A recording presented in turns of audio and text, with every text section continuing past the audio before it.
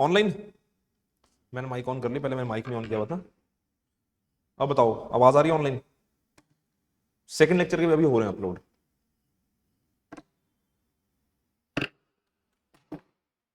ठीक है, कोई डाउट किसी को कल की क्लास में से? अच्छा, आपको लिख, एक मिनट रुको यार। अच्छा, तुम्हें दिक्कत आ रही लिखने, मैसेजेस ऑन नहीं है क्या?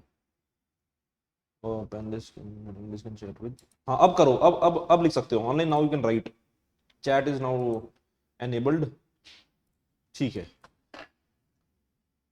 कोई डाउट है किसी को कल की क्लास में से तो एक बार मेरे को बता दो, नहीं तो फिर विल मूव फॉरवर्ड।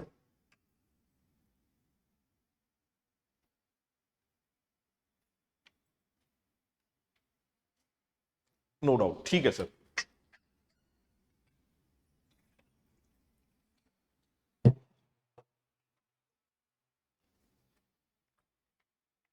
चलो जी,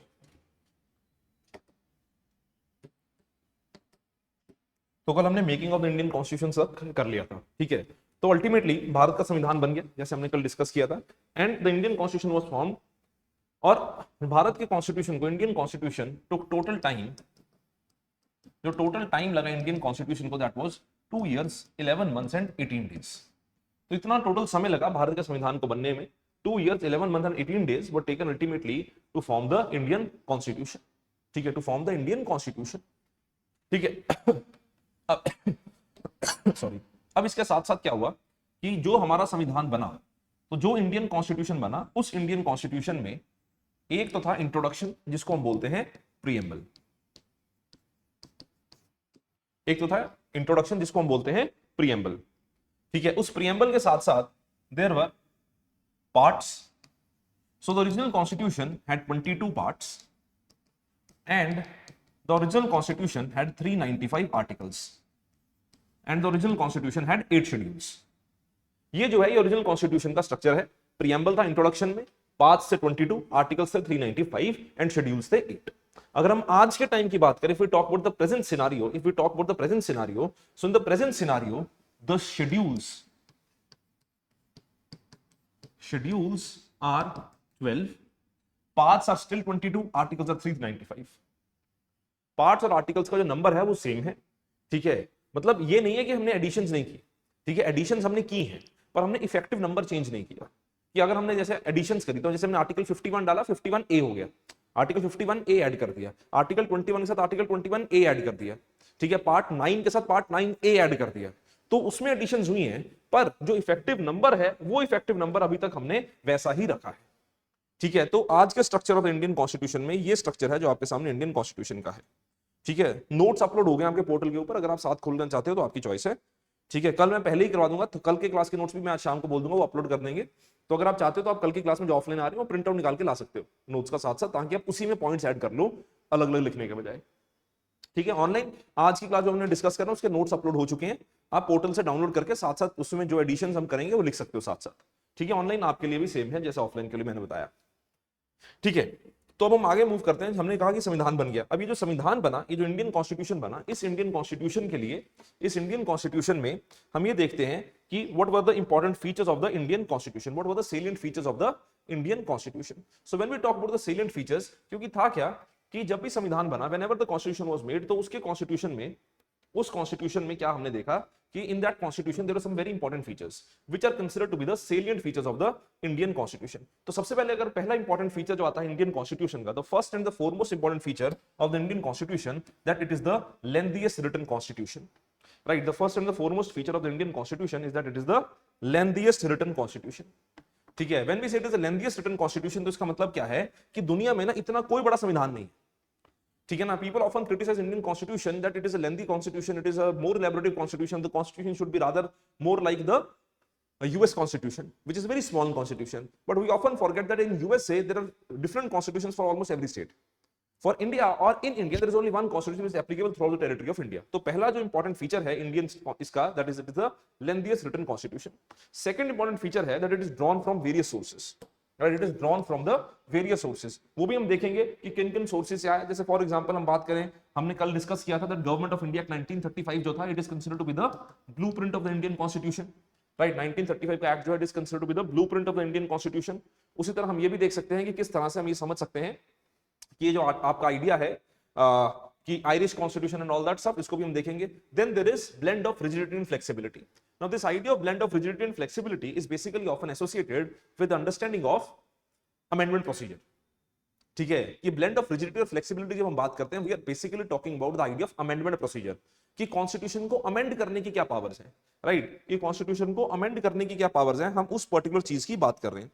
ठीक है, तो जब हम कॉन्स्टिट्यूशन को अमेंड करने की पावर्स की बात करते हैं, when we talk about the amending facilities of the Indian constitution, तो उसको हम देखते हैं as the rigid and flexible mechanism. क्योंकि अगर हम देखें, if we talk about the amendment procedure of the Indian constitution,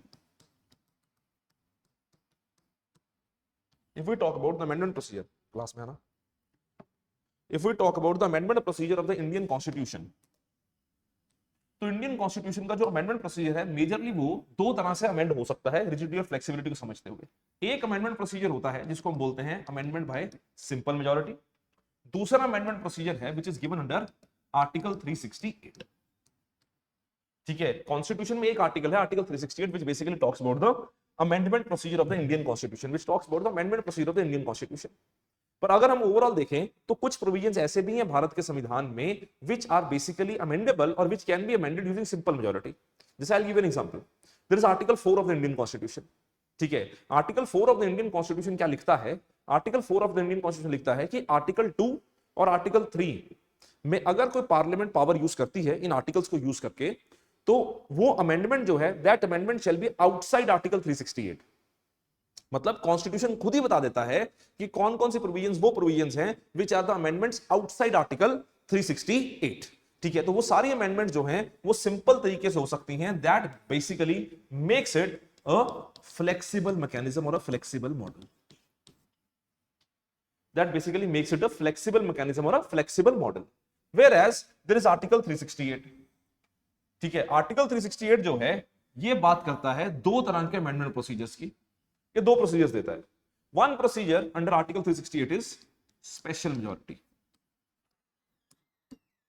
यार ये देखना इसको, जैसे ये आया, ये ना ऑनलाइन दिख नहीं रहा, इसकी थोड़ी ब्राइटनेस वगैरह अगर कम करनी है तो कम कर दो। जैसे ये देख, थोड़ी ब्राइटनेस या कैमरा की करनी है, कैमरा की किसी की कर दे।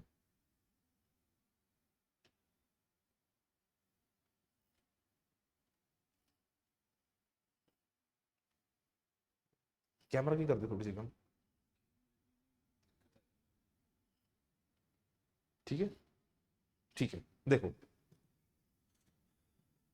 तो हम बात कर रहे थे, इसको आप बनाना चाहते हो बना लेना, साथ साथ ये नोट्स में नहीं दिया हुआ, ये साथ साथ बनाना चाहते हो तो बना लेना। नोट तभी मैं होगा, नोट साथ साथ खोल लोगे तो ज्यादा आपको पता लग जाएगा। ठीक है, तो हम बात करें कि आर्टिकल 368 में स्पेशल प्रोसीजर होता है, और दूसरा आर्टिकल 368 में जो प्रोसीजर दिया हुआ है दैट इज स्पेशल प्रोसीजर या special majority plus ratification of at least half states. Ratification of at least half states. ठीक है, ratification of at least half states.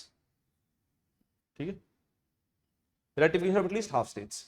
तो ये दो प्रोसीजर दे रखे हैं कॉन्स्टिट्यूशन में। अब देखो, हमने ना यहाँ पे एक मेजॉरिटी शब्द का इस्तेमाल किया, एक तो हमने कहा सिंपल मेजॉरिटी, एक हमने बात की स्पेशल मेजॉरिटी। इसको समझाने से पहले हम मेजॉरिटी शब्द समझते हैं कि what is the meaning of the word simple majority and what is the meaning of the word special majority. देखो, कॉन्स्टिट्यूशन में सिंपल मेजॉरिटी और स्पेशल मेजॉरिटी कहीं वर्ड लिखा नहीं हुआ, right. The constitution nowhere mentions these words. ठीक है, कि सिंपल मेजॉरिटी है, एब्सोल्यूट मेजॉरिटी है, इफेक्टिव मेजॉरिटी, ये संविधान कहीं नहीं लिखता। संविधान किस तरह से लिखता है, संविधान सिंपल लिखता है। जैसे फॉर एग्जांपल जहां पे हमें पता लगता है कि सिंपल मेजॉरिटी है, तो वहां पे कॉन्स्टिट्यूशन कैसे लिखता है, कॉन्स्टिट्यूशन कहता है कि इफ सच रेजोल्यूशन और such bill is passed using not less than और by more than 50% of members present and voting, तो हम पता लगता है सिंपल मेजॉरिटी है। ठीक है ना, तो कॉन्स्टिट्यूशन ये वर्ड यूज नहीं करता, ये वर्ड जो है कॉन्स्टिट्यूशन एनालिस्ट्स ने यूज किए। तो हम देखते हैं सबसे पहले कि ये मेजॉरिटी का चक्कर क्या होता है और कितनी तरह की मेजॉरिटी की बात की जा सकती है। तो सबसे पहले तो हम बात करते हैं, एक मेजॉरिटी होती है जो सिंपल मेजॉरिटी होती है। जितने भी हमारे पार्लियामेंट्री प्रोसीजर्स हैं, कि passage of ordinary bill, passage of financial bill, passage of budget, जितने भी हमारे बिल्स हैं, जितने मेजर बिल्स हैं, वो सारे के सारे आपके सिंपल मेजॉरिटी के थ्रू पास होते हैं। ठीक है, अब सिंपल मेजॉरिटी का मतलब क्या होता है, what is the formula for simple majority, not less than या more than 50% of present and voting, not less than 50% of present and voting. ठीक है, कि मतलब अगर आपने कोई बिल सिंपल मेजोरिटी से पास करवाना है तो उसके लिए कंडीशन क्या होती है, not less than 50% of present and voting. Now what is the meaning of not less than 50% present and voting? कि फॉर एग्जांपल इसको लिख लेना अपने पास, नोट्स में लिख लेना इसको, कि simple majority is not less than 50% present and voting. Now what is the meaning of not less than 50% present and voting? कि सपोज करो कि there are 100 members in the house. ठीक है, there are 100 members in the house. Online ध्यान से सुनना है इस चीज को। There are 100 members in the house. So when we are saying there are 100 members in the house, so out of these let us suppose that 10 members they walk out। वो कहते हैं कि सर हम इस चीज के ऊपर वोट नहीं डालेंगे, हम वॉक आउट कर रहे हैं। कितने मेंबर्स हो गए हाउस में? कितने हो गए मेंबर्स? 90 हो गए। ठीक है, अब ये जो 90 मेंबर्स हैं, इन 90 मेंबर्स में से 10 मेंबर्स बोल देते हैं that we abstain from voting. Abstain from voting का मतलब क्या होता है? That they will be present in the house but they will not vote. ठीक है, हो सकता है कि they are not liking what is being done but they still don't want to walk out, so they say कि यार हम house में हैं पर हम वोट नहीं करेंगे। ठीक है, तो अगर कोई हाउस में है और वोट नहीं करेगा, क्या उसका नंबर काउंट होगा? नहीं, क्योंकि यहां पे क्या लिखा हुआ है? प्रेजेंट एंड वोटिंग, कि आपको प्रेजेंट भी रहना है, आपको वोट भी करना है, और नहीं है, एंड है। ठीक है, तो प्रेजेंट एंड वोटिंग। तो अब कितने लोग बन गए जो those who are present as well as their voting? 80। तो अब क्या देखा जाएगा? Not less than 50% of present and voting. तो इसका 50% कितना होता है? 40। तो इसमें एटलीस्ट आपको 41 वोट चाहिए वोट पास, बिल यहां पास करवाने के लिए। तो ये इतना आसान मैकेनिज्म है कि जितने मेंबर्स हाउस में आए हैं, अगर वो सारे वोट कर रहे हैं तो उसका 50% प्लस 1 चला जाए, मतलब 50 जितने मेंबर्स हाउस में हैं उसका 50 प्लस 1 चला जाए तो बात हो जाएगी। कि अगर 100 मेंबर है तो मिनिमम आपको 51 वोट चाहिए, आपका मामला सॉल्व हो जाएगा। इसको बोलते हैं सिंपल मेजोरिटी। बात समझ में मेरी? हाँ या ना? ठीक है, online.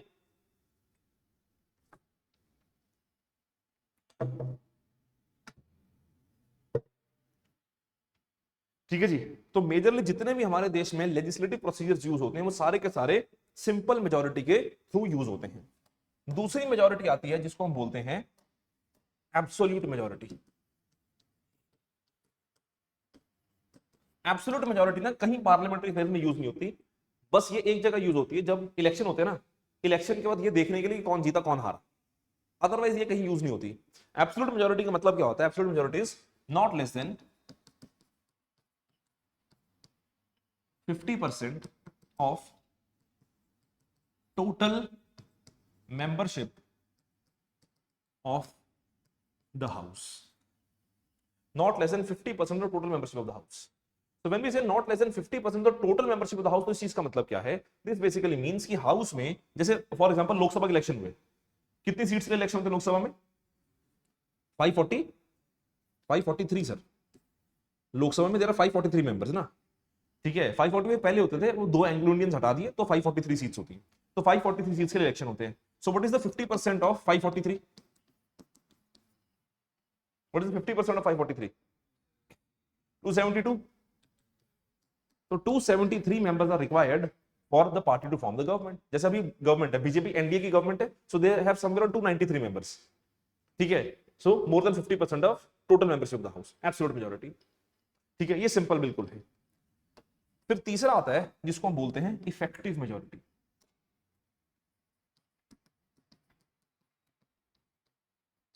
Effective majority, effective majority बोलती है not less than 50% of the then membership या members of the house. Not less than the then membership of the house या मेंबर्स ऑफ द हाउस। ठीक है, now what is the meaning of not less than 50% of दो then membership of the house? इसके लिए आप इस चीज को समझो कि इसका मतलब क्या होता है कि total membership of the house minus vacancies. Total membership of the house minus vacancies. ठीक है, total membership of the house minus vacancies. इसका मतलब क्या हुआ कि हाउस में टोटल मेंबरशिप कितनी है? 543। ठीक है, पर हम यहां पे क्या देख रहे हैं? We are looking at the then members, कि उस समय के ऊपर हाउस में कितने मेंबर्स हैं। मतलब क्या है कि हाउस की टोटल मेंबरशिप में से वैकेंसीज निकाल दो। कि लेट अस सपोज कि 543 में से 3 सीटें खाली हैं, वेकेंट है, वेकेंट, वैकेंसी का ध्यान रखना कि वेकेंट है, ठीक है, कि 3 सीटें वेकेंट हैं, कि सर कोई रिजाइन कर गया, कोई मर गया, किसी ने छोड़ दिया, कुछ भी हो गया, ठीक है। तो अब टोटल मेंबरशिप कितनी हुई? 540।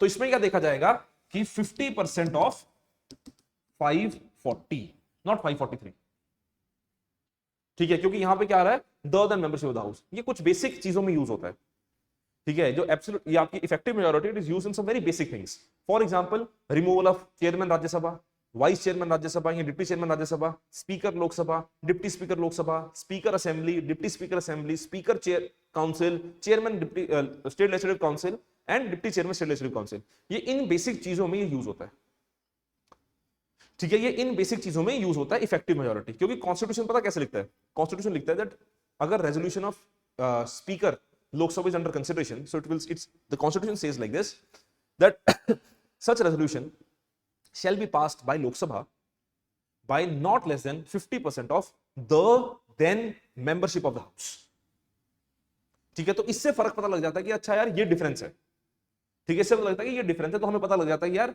कॉन्स्टिट्यूशन क्या कहना चाहता है, that basically means effective majority, ठीक है। अब आते हैं हम फोर्थ टाइप की मेजॉरिटी को, जो हमने यहां पे लिखी, जिसको हम बोलते हैं स्पेशल मेजॉरिटी। अब स्पेशल मेजॉरिटी जो है ना, ये रिजिड मैकेनिज्म होता है sir. Special majority is a rigid mechanism. So what is the meaning of special majority? Special majority में होता है कि not less than 2/3 of present and voting plus absolute majority. Not less than 2/3 present and voting plus absolute majority.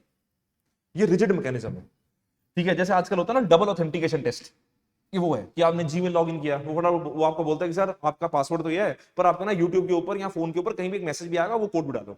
Double authentication test, ये वो mechanism है कि इसमें हमें दो चीजें, कि कोई भी बिल अगर स्पेशल मेजॉरिटी से पास होना है, उसके लिए आपको दो टेस्ट फुलफिल करने पड़ेंगे। पहला टेस्ट क्या है?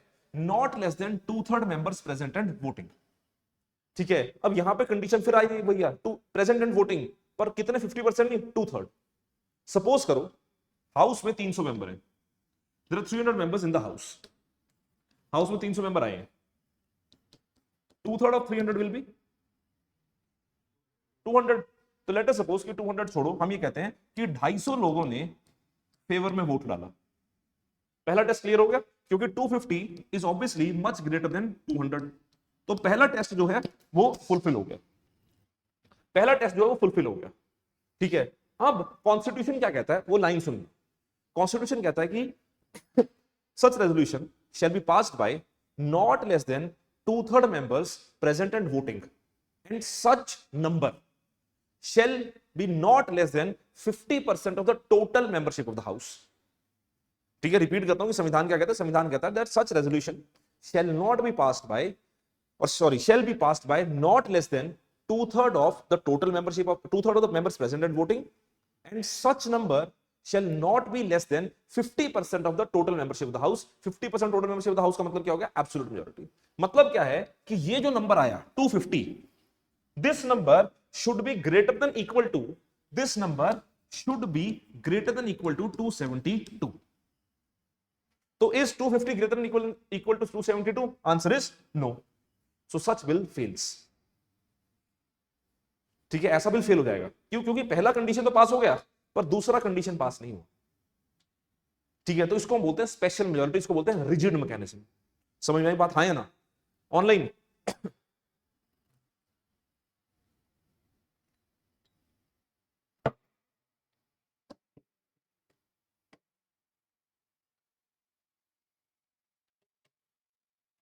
ठीक है जी।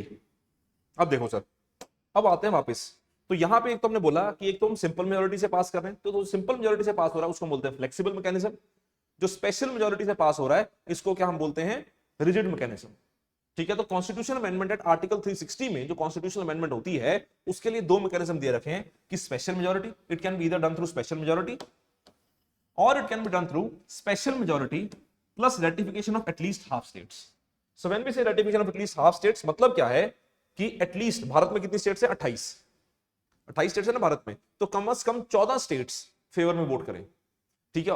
और ये जो स्टेट्स हैं यहां से स्टेट लेजिस्लेटिव असेंबली से पास होगा ये बाय सिंपल मेजोरिटी। कि रेजोल्यूशन जाएगा पार्लियामेंट से पास होगा पहले स्पेशल मेजोरिटी से, फिर वो स्टेट्स में जाएगा। तो मिनिमम 14 स्टेट्स सिंपल मेजोरिटी के थ्रू इसको पास कर देंगे तो ये पास हो जाएगा। ठीक है, इसको बोलते हैं हम रिजिड मैकेनिज्म। तो जो हमने ये प्रोसीजर देखा blend of rigid and flexibility, तो वो इस चीज का मतलब है। ठीक है जी। Another salient feature is the federal system with unitary bias. So when we say federal system with unitary bias, तो इसका मतलब क्या है? That India is always, or Indian constitution is always accused. Indian constitution is always accused that it is basically a constitution which has a more federal feature, more unitary bias. हम ये बोलते हैं कि unitary is much more compared to the federal structure. Unitary is much more compared to the federal structure. So we often say that unitary is much more compared to the federal structure. ठीक है, तो हमारे constitution provisions में कई सारे ऐसे provisions हैं, there are a lot of constitution provisions in India, in those constitution provisions where we say that unitary heavy है। वो कौन से फीचर है वो डिस्कस करेंगे हम बाद में। ठीक है, वो सारा टॉपिक आएगा जहां पे हम डिस्कस करेंगे कौन कौन से फीचर जो है यूनिटरी हैवी फीचर्स हैं, उनको हम अलग से लिस्ट बना के मैं आपको दूंगा भी, नोट्स पे मिलेंगे जब हम फेडरलिज्म करेंगे, और मैं समझाऊंगा भी कौन से फीचर्स हैं। ठीक है, तो ये सारे फीचर जो हैं इनको हम बोलते हैं that they are more reliance. और कई सारे हमारे देश के फेडरलिज्म को ये भी कहा गया, अगर आपको ध्यान में रखना है, that it is often stated, it is often stated that as per the Indian constitution, it is often stated that article 1 of the Indian constitution basically says that India is a union of states. India is a union of states. ठीक है, we say India is a union of states. आप देखो हमारे देश को आप जान के हैरान हो गए कि भारत के संविधान में एक जगह भी not even a single place in the Indian constitution the word federation or federalism is mentioned. ठीक है, पूरे संविधान में कहीं वर्ड फेडरलिज्म, कहीं वर्ड फेडरेशन मेंशन नहीं किया हो। ठीक है ना, तो इससे पता लग जाता है कि यार हमारा कॉन्स्टिट्यूशन देता था फेडरलिज्म की बात तो करता है, पर it is still more heavy towards the union और more power towards the union. फिर आता है parliamentary system of parliamentary form of government. ठीक है, so when we say parliamentary form of government, तो what we basically mean is that parliament is considered to be supreme, और जिस तरह का सिस्टम हम ब्रिटेन से टाइम पे फॉलो करते आ रहे थे जब ब्रिटिश हुकूमत थी, वही हमने फॉलो किया। So another important feature is parliamentary form of government. Then checks and balances का mechanism. आजकल तो न्यूज में भी चल रहा है। ठीक है, आजकल तो न्यूज में भी चल रहा है कि किसकी ज्यादा पावर है, पार्लियामेंट की ज्यादा पावर है या फिर पावर जो है वो आपका जुडिशरी की ज्यादा पावर है। ये तो आजकल रोज न्यूज में चल रहा है। आज भी वाइस प्रेसिडेंट ऑफ इंडिया ने एक स्पीच दी है, ठीक है, जहां पे वाइस प्रेसिडेंट ऑफ इंडिया ने ये बोला है कि parliament is supreme and there are no double questions asked on that. ठीक है, तो पार्लियामेंट में वाइस प्रेसिडेंट ने बोल दिया कि sir ultimately sovereign parliament authority, supreme authority parliament है, तो ये जो जुडिशरी कर रही है ये this is basically extra constitutional, judiciary को नहीं करना चाहिए। ठीक है, पर हमारा संविधान चेक्स एंड बैलेंसेस का एक प्रॉपर मैकेनिज्म देता है जिसमें वो ये कहता है कि जुडिशरी और पार्लियामेंट एक दूसरे के ऊपर चेक रख सकते हैं और एग्जीक्यूटिव इन पे काम कर सकता है। So there is a proper balance that we ensure. ठीक है, in this proper balance of checks and balances, in this proper balance of checks and balances, what we talk about is that there are three major organs. There is an organ of legislature, executive and judiciary. अब ये checks and balances का mechanism क्या कहता है कि legislature can keep a check on the executive and executive can have a say in the legislature. Judiciary can keep a check on the legislature and vice versa. Judiciary can keep a check on executive and vice versa. I'll give you certain examples as well to explain this. For example, when we say that legislature can keep a check on the executive, तो जो भारत में या दुनिया भर में parliamentary structures हैं, उन parliamentary structures का इस चीज का ध्यान रखना कि जो भी पार्लियामेंट्री सिस्टम होता है, इस पार्लियामेंट्री सिस्टम का सबसे इंपॉर्टेंट कैरेक्टरिस्टिक होता है, the most important characteristic is that executive is answerable to parliament.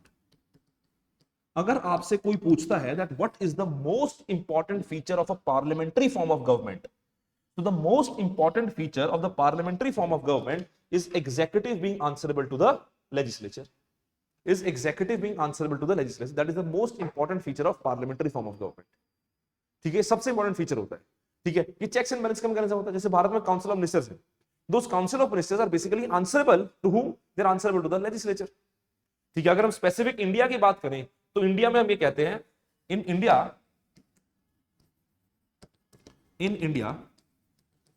Executive is answerable to Lok Sabha. ठीक है, अगर आपको पार्लियामेंट में जनरल क्वेश्चन आता है तो आपके लिए आंसर सही होगा। अगर स्पेसिफिकली इंडिया के लिए आता है तो आप इस चीज में जाओगे एग्जेक्टिव आंसर टू लोकसभा।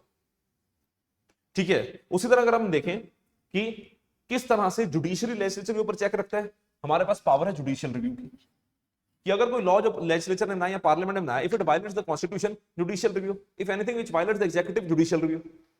ठीक है, और जजेस को इंपीच या रिमूव करने की पावर किसके पास होती है? लेजिस्लेचर मोशन इंट्रोड्यूस करता है, एग्जीक्यूटिव साइन करता है, बात खत्म, चेक्स एंड बैलेंसेस। ठीक है, तो ये चेक्स एंड बैलेंसेस का जो मैकेनिज्म है ये भी हमारे कॉन्स्टिट्यूशन ने इफेक्टिवली क्रिएट किया है। फिर आते हैं integrated and independent judiciary. Another very important feature of the Indian constitution is integrated and independent judiciary. Now what is this idea of integrated and independent judiciary, इस चीज को समझते हैं and why it is so important. ठीक है, कि when we talk about independent judiciary, now what is the meaning of independent judiciary? ठीक है, what is the meaning of independent judiciary? So when we से इंडिपेंडेंट जुडिशरी, इंडिपेंडेंट जुडिशरी का मतलब क्या होता है कि भारत में जो जुडिशरी है उसकी फंक्शनिंग में there is no interference. In functioning there is no interference. ठीक है, इंडिपेंडेंट जुडिशरी का मतलब क्या होता है? That in functioning there is no interference. For example if we say कि द लेजिस्लेचर और the executive they can not interfere into the functioning of judiciary so that it can influence the decision making of the judiciary. ठीक है, तो ये क्या हो गया? ये एक तरह से आपकी इंडिपेंडेंस ऑफ जुडिशरी को इंश्योर करने का फॉर्मूला हो गया। इंटीग्रेटेड जुडिशरी का मतलब क्या है? इंटीग्रेटेड जुडिशरी का मतलब ये हो गया कि सर सुप्रीम कोर्ट है, हाई कोर्ट है, सबऑर्डिनेट कोर्ट है। सुप्रीम कोर्ट है, हाई कोर्ट है, सबऑर्डिनेट कोर्ट है। ये सुप्रीम कोर्ट, हाई कोर्ट और सबऑर्डिनेट कोर्ट ये एक दूसरे से अलाइंड है। Supreme court keeps a check on the high court keeps a check on the subordinate court. ठीक है, जजेस are promoted from here to here and here to here, that is integrated mechanism. ठीक है, this is what is an integrated mechanism. Then there is last important feature, that is single citizenship. ठीक है, India has a concept of single citizenship where we say that we don't allow any kind of dual citizenship. तो जो pure federal countries होती है ना, जो pure federal countries होती हैं, तो pure federal countries to a certain extent even allow dual citizenship, but India does not allow dual citizenship. ठीक है, फॉर एग्जांपल कनाडा है, कनाडा अलाउज डुअल सिटीजनशिप। ठीक है, in Canada you can hold passport of 2 countries, you can hold passport of even 3 countries. India does not allow this. Either you hold Indian passport or you hold any other passport, that is none of our concern. But when you are holding Indian passport, you cannot have any other passport. That is single citizenship. तो ये जो हैं ये आपके important features हैं किस चीज के? These are some important features of the Indian Constitution जो आपके नोट्स में भी दिए हुए हैं। ठीक है, यहां तक कोई डाउट किसी को? ऑनलाइन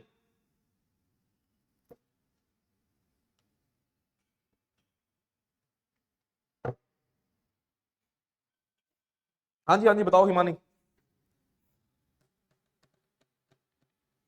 हिमानी बताओ, डाउट बताओ।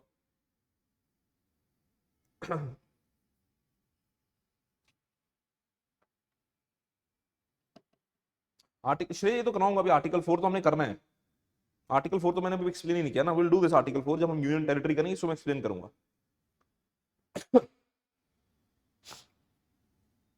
ठीक है, इसको तो मैं कंप्लीटली एक्सप्लेन करूंगा, डोंट वरी।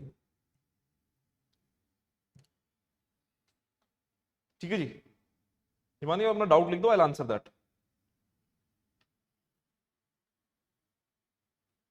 ठीक है, चलो sources of the Indian constitution. So when we talk about the source of the Indian constitution, that which are the important sources of the Indian constitution, तो सबसे पहला इंपॉर्टेंट सोर्स है,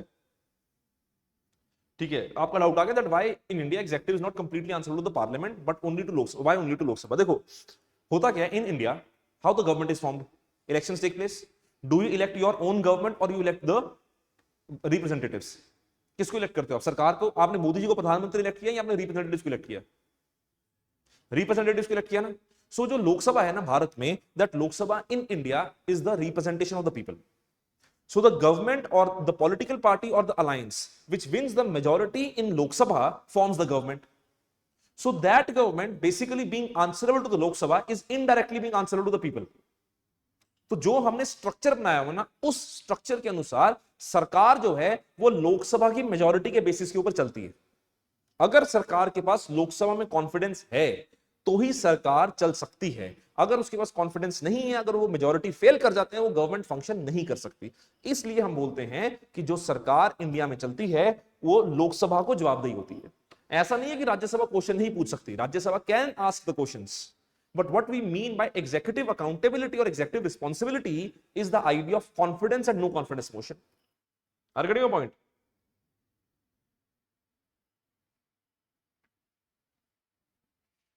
ठीक है जी, चल. So next is sources of the Indian Constitution. So when we talk about the sources of the Indian Constitution, when we talk about the sources of the Indian Constitution, तो पहला source है Government of India Act 1935. So this Government of India Act 1935, यार ये online तुम्हें मैं इसको ठीक करवा देता हूँ ऑनलाइन, डोंट वरी, जो तुम्हें विजिबिलिटी का इशू आ रहा है. तो government of India 1935. So when we talk about the government of India 1935, तो गवर्नमेंट ऑफ इंडिया 1935 से कौन कौन से प्रिंसिपल्स दिए आप अपने नोट्स खोल के देखो जो भेजे हैं. यार ये ठीक कर दो यार, ये चल नहीं रहा है, दिख नहीं रहा है हमको. हाँ वो स्क्रीन स्क्रीन स्क्रीन ठीक है. तो गवर्नमेंट ऑफ इंडिया 1935 की अगर हम बात करें, सो फेडरल स्कीम, ठीक है. फेडरल स्कीम जो थी, जैसे मैंने आपको कल भी समझाया था, I told you about all India federation. Notes आ गए व्हाट्सएप पे, पोर्टल में आए होंगे. है पोर्टल है आपके पास, आप पोर्टल ले लेना, ठीक है. क्लास के बाद आप मैम से पोर्टल डलवा लेना. ऑनलाइन आपके पोर्टल पे भी आ गया ना. हाँ ऐप जो है, ऐप है, जो ऐप है पोर्टल है, ऐप है ना, ऐप है, उस पर आ जाएंगे. अपलोड हो चुके हैं, उसको डाउनलोडेबल है ना वो नोट्स, वहां से डाउनलोडेबल है नोट्स. चेक, डाउनलोडेबल है ना. हाँ बस डाउनलोड कर लो उनसे, उनको डाउनलोड कर लो, ठीक है. आज वाले तो मैंने इनको बोला था वैसे दे फॉरगॉट, पर फिर भी कल वाले मैं पहले ही डलवा दूंगा आपकी क्लास के काफी पहले, ठीक है. मतलब सुबह डलवा दूंगा, आज शाम को डलवा दूंगा, ताकि आप उसको एक बार क्लास में साथ ले आओ. राइट, ऑनलाइन आपके लिए भी सेम ही होगा. ठीक है. तो पहला जो चीज है दैट इज फेडरल स्कीम. तो जैसे अगर आपको याद होगा, कल की क्लास में मैंने एक्सप्लेन किया था, कल की क्लास में मैंने आपको एक्सप्लेन किया था कि जो गवर्नमेंट ऑफ इंडिया 1935 था, गवर्नमेंट ऑफ इंडिया 1935, तो उस गवर्नमेंट ऑफ इंडिया 1935 ने क्या किया था, उसने इंडिया को, उसमें बात की गई थी in the context of all India federation. ठीक है. हालांकि that did not come into being. कल मैंने समझाया था ना आपको, all India federation, government of 1935 and the three list system. ठीक है. तो उस चीज की हम यहां बात कर रहे हैं, that from where the government of, ये आया, फिर जुडिशरी आ गया, एडमिनिस्ट्रेटिव डिटेल्स आ गया, office of governor, emergency provisions. ठीक है. ये ऑफिस ऑफ गवर्नर का भी थोड़ा सा रोल समझा रहे हैं, इसको और डिस्कस करेंगे हम. So these are the things which were taken from the government of India 1935. Then from the British Constitution, what we took was, from the British Constitution came in the parliamentary government. ठीक है, कि जो हमने parliamentary system adopt किया है, the system of parliamentary structure was adopted from Britain. Then the concept of rule of law, कि जो हम रूल ऑफ लॉ की बात करते हैं, where we say that rule is supreme. ठीक है. The idea of rule of law basically considers, the idea of rule of law is basically considered to be the concept of lex supremus. Now what is the meaning of lex supremus? That law is supreme. ठीक है. ये भी एक British concept है. This is also a British concept. ये अगर ये automatically change होता है तो इसको ठीक बंद कर दे ऑटोमेटिक वाले.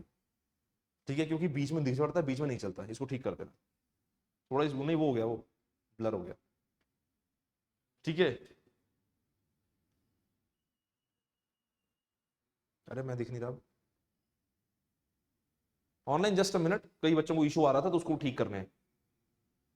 Just give us couple of minute online, just give us couple of minutes. वो जो बच्चों को इशू आ रहा था अबाउट विजिबिलिटी, उसको ठीक किया जा रहा है.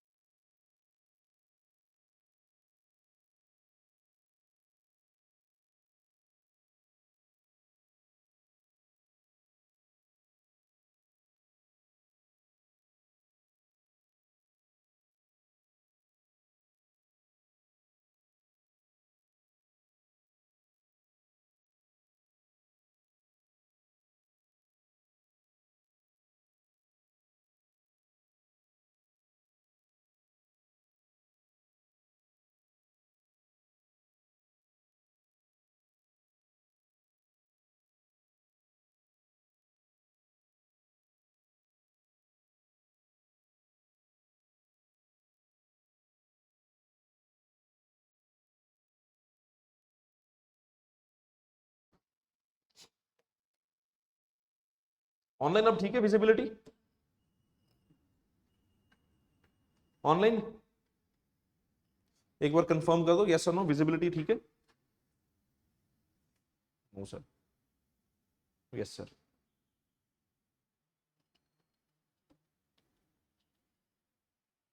ठीक है जी, अब बेटर है, कोई बात नहीं.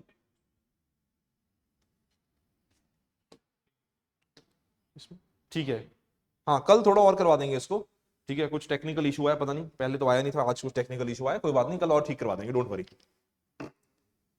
ठीक है, अभी क्लास कर दे, नहीं तो फिर इनको क्लास बंद करनी पड़ेगी, तो क्लास को हम ठीक कर लेते हैं, कल हम और इसको इंप्रूव कर लेंगे, डोंट वरी, करें, ठीक है, थैंक यू। तो हम बात कर रहे थे ब्रिटिश कॉन्स्टिट्यूशन की, तो मैं आपको बता रहा था कि जो रूल ऑफ लॉ का कॉन्सेप्ट होता है, idea of rule of law basically is considered to be the concept of law is supreme, जिसको हम ये समझाते हैं the concept of lex supremus, the concept of law is supreme, lex supremus, ठीक है, law is supreme and lex supremus. So when we talk about the idea of lex supremus और law is supreme, what do we understand by this concept? This basically means where we say that law सबसे ऊपर है, there can be no arbitrariness, everyone in India has to follow what the law says, that is the meaning of law is supreme. Second understanding is the concept of single citizenship, जो हमने USA से British constitution से उठाया, sorry, ठीक है, what we picked up from the British constitutional structure, that is the concept of single citizenship, ठीक है। तो ये जो चीजें हैं ये हमने कहां से उठाई हैं? This we picked up from the British system. Now what are the features that we picked up from the US constitution? Now one of the very important features that we picked up from the US constitution is the concept of fundamental rights, जिसके लिए संविधान लिखा गया, जिस basis के लिए संविधान लिखा गया, वो बेसिस जो है that we picked up from the US constitution, that is the concept of fundamental rights. Second important feature that we picked up from US constitution was independence of judiciary, जो मैंने आपको भी बताया कि इंडिपेंडेंस ऑफ जुडिशरी क्या करती है। Independence of judiciary basically guarantees that there is no political interference in the judicial system और the judicial structure. Third important thing that we picked up was judicial review. Now, judicial review is the most important constitutional responsibility of the judiciary. ठीक है, हालांकि आप अपने notes में भी लिख सकते हो कि judicial review word is not mentioned anywhere in the Indian constitution. This word judicial review is not mentioned anywhere in the Indian constitution. फिर भी जुडिशियल रिव्यू जो है वो भारत के संविधान की दी हुई सबसे इंपॉर्टेंट पावर है जुडिशरी के लिए। ठीक है, ये कहां से निकलती है? ये कई सारी ऐसी चीजें निकलती है, जैसे कि आर्टिकल 13 होता है, आर्टिकल 32 है, आर्टिकल 226 है। ये वो आर्टिकल्स हैं जो जुडिशरी को इंप्लिसिटली जुडिशियल रिव्यू की पावर देते हैं। ठीक है, ऑनलाइन अपने डाउट्स लिखते जाओ अपने पास, क्लास के लास्ट में सारे डाउट्स लूंगा आपके, ठीक है, क्लास के बीच में नहीं, क्लास के लास्ट में सारे आपके डाउट्स लूंगा, अब लिखते जाओ अपने पास। ठीक है, तीसरा आता है, sorry, fourth important principle that we took from USA was impeachment of the president, कि किस तरह से हमने प्रेसिडेंट को इंपीच करना है, मैकेनिज्म क्या है ऑफ मिसकंडक्ट, वो हमने यूएस से उठाया। Then comes the role of vice presidency. ठीक है, that how vice presidents are elected and everything, that we picked up from what is known as the idea of US Constitution. Then Irish Constitution. Irish Constitution से हमने सबसे important जो concept उठाया, जिसको हम बोलते हैं directive principle of state policies, DPSPs. DPSPs जो है ये सबसे इंपॉर्टेंट कॉन्सेप्ट हमने उठाया है आपका आयरिश कॉन्स्टिट्यूशन से। If we talk about DPSPs, this basically is the part 4 of the Indian Constitution. So DPSPs basically becomes the part 4 of the Indian Constitution. So when we say part 4 of the Indian Constitution, तो इसमें what is the role of the government, कि governance के लिए सरकार को क्या क्या करना है, क्या क्या नहीं करना है, वो सारा कॉन्सेप्ट जो है वो हमने कहां से उठाया? वो हमने उठाया है DPSPs में से। ठीक है, हिमालय आर्टिकल 21 में करेंगे इसको discuss, will discuss this in article 21। Then Rajya Sabha membership. ठीक है, राज्यसभा मेंबरशिप जो है, that how Rajya Sabha members are elected and what is their election mechanism, that we again picked up from Irish constitution and presidential election, the method of electing president and how president is elected, that is Irish constitution. Then Canadian system. तो जैसे मैंने आपको पहले बताया था कि हमारे देश में यूनिटरी और union is much more powerful compare to the provinces. This mechanism is the most important contribution to the Indian constitution from the Canadian structure. Canadian structure से सबसे इंपॉर्टेंट कंट्रीब्यूशन क्या है हमारे देश में? फेडरल मॉडल, कि where union is more powerful compared to the provinces, union has more power compared to the provinces। ये important contribution है हमारे देश में कैनेडियन सिस्टम का। देखो इसके ऊपर आपको क्वेश्चन भी आएगा, अगर आप पीवाईक्यूज निकाल के देखते हो हिमाचल के, तो you will find the questions out of the sources of the constitution. ठीक है, तो ये आपको ध्यान में रखना है, you have to revise this, आपके नोट्स में दिया हुआ, इसको रिवाइज करते रहना अच्छी तरह।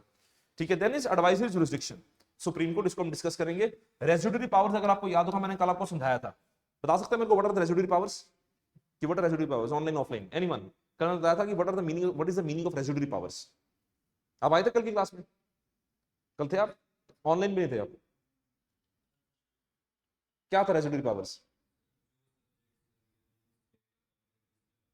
जो सब्जेक्ट्स कहीं मेंशन नहीं है, the subject which are not mentioned in your, बहुत बड़ी online, many of you have answered, the subjects which are not mentioned in either of the list, they are the residuary subjects.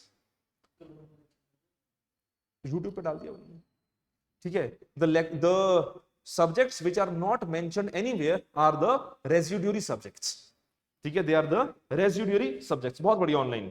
So those are the subjects which those power that we have picked up from Canadian system.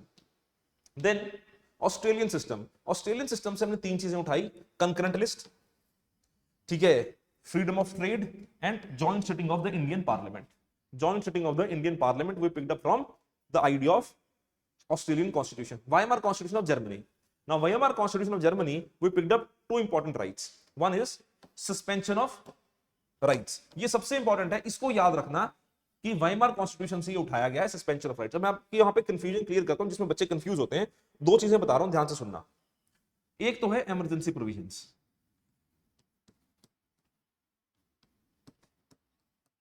एक है emergency provisions और दूसरा है suspension of rights during emergency. कि जब emergency लगाई जाती है, खासकर नेशनल इमरजेंसी, उसी में सस्पेंशन ऑफ फंडामेंटल राइट्स होते हैं। तो ये दो अलग अलग प्रोविजंस हैं, ये दो अलग अलग चीजें हैं। तो जब हम इन दोनों अलग अलग चीजों की बात करते हैं तो हम ये कहते हैं कि कौन सा चीज कहां से उठाएगी। इमरजेंसी प्रोविजंस जो हैं ये उठाई गई गवर्नमेंट ऑफ इंडिया एक्ट 1935 से, ये उठाएगी गवर्नमेंट ऑफ इंडिया एक्ट 1935 से। Suspension of rights during emergency ये उठाया गया वाइमार कॉन्स्टिट्यूशन से। तो इस चीज को याद रखना। अक्सर एस्पिरेंट्स इसमें कंफ्यूज होते हैं कि कौन सा कहां से उठाया गया, कि इमरजेंसी में दोनों में कंफ्यूज हो जाते हैं, तो इमरजेंसी को भी हम वाइमार में डाल देते हैं। पर आपने इस चीज को ध्यान रखना है कि इमरजेंसी के जो प्रोविजंस हैं वो गवर्नमेंट ऑफ इंडिया 1935 है, suspension of fundamental rights during emergency वो वाइमार कॉन्स्टिट्यूशन है, ठीक है। इस चीज को आप ध्यान में रखना, इस चीज की कंफ्यूजन, तभी मैंने आपको स्पेसिफिकली क्राइटेरिया क्लियर किया है कि ये अलग अलग क्राइटेरिया है, ठीक है जी। अब देखते हैं आगे। अब इसका था सोवियत कॉन्स्टिट्यूशन। सोवियत कॉन्स्टिट्यूशन हमने बात करी है फंडामेंटल ड्यूटीज।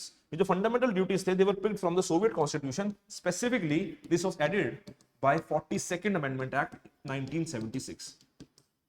फंडामेंटल ड्यूटीज जो थे, this was not the part of original constitution but was added by 42nd Amendment Act 1976 when Indira Gandhi ji was the prime minister of India, ठीक है। ये इमरजेंसी जब लगी थी भारत में, नेशनल इमरजेंसी इंदिरा गांधी जी के समय के ऊपर, उस समय के ऊपर ये 42nd Amendment Act आया था और यहां पे हमने डाला था क्या, the idea of fundamental duties. और यहां पे जो हमारा प्रियम्बल है, प्रियम्बल में जो वर्ड दिया हुआ जस्टिस, उसके साथ लिखा है social, economic and political justice. ये जो वर्ड्स हैं ये भी हमने रशियन कॉन्स्टिट्यूशन से उठाए। The concept of justice again picked up from the Russian constitution. Then the French constitution. French constitution से हमने दो इंपॉर्टेंट चीजें उठाई हैं, एक Republican value system, liberty, equality, fraternity का कॉन्सेप्ट, और दूसरा the concept of universal suffrage. The concept of universal suffrage जो प्रियम्बल में है, सॉरी प्रियम्बल में जो आइडिया है ये लिबर्टी, इक्वालिटी, फ्रेटर्निटी का, और दूसरा जो कॉन्सेप्ट ऑफ यूनिवर्सल सफरेज दिया हुआ है हमारे देश के article 326 of the Indian constitution, ये भी हमने वहां से उठाया है, फ्रेंच रिपब्लिक से या फ्रेंच कॉन्स्टिट्यूशन से। Then come South African constitution. तो साउथ अफ्रीकन कॉन्स्टिट्यूशन से हमने दो चीजें उठाई हैं, एक अमेंडमेंट प्रोसीजर, दूसरा Rajya Sabha elections. And last is Japanese constitution. तो जापानीज कॉन्स्टिट्यूशन से सबसे इंपॉर्टेंट प्रिंसिपल जो हमने उठाया है उसको बोलते हैं प्रोसीजर एस्टैब्लिश्ड बाय लॉ। ध्यान में रखना इस चीज को, that the most important principle that we have picked up from the Japanese constitution is the procedure established by law given under article 21 of the Indian constitution, ठीक है। तो ये सोर्सेज का एक टेबल आपके नोट्स में दिया हुआ है, इस टेबल को ध्यान से देख लेना, ये टेबल आपके लिए सफिशिएंट होगा for the context of your prelims examination, ठीक है जी। यहां तक कोई डाउट किसी को? Offline, online?